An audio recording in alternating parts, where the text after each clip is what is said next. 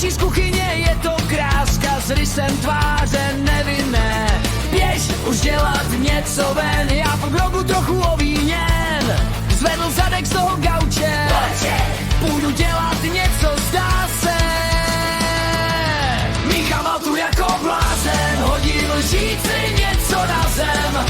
Povrch kanálovy, pak se kouknu doleva.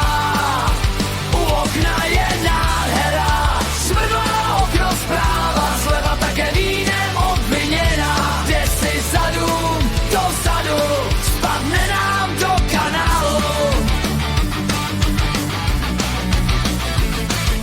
Že tam strašně píská, po kanálu se jí stýská. Je to bobr kanálový, ona si tam krásně hoví. Taháme jí jeřábem, bobr vůbec nechce ven.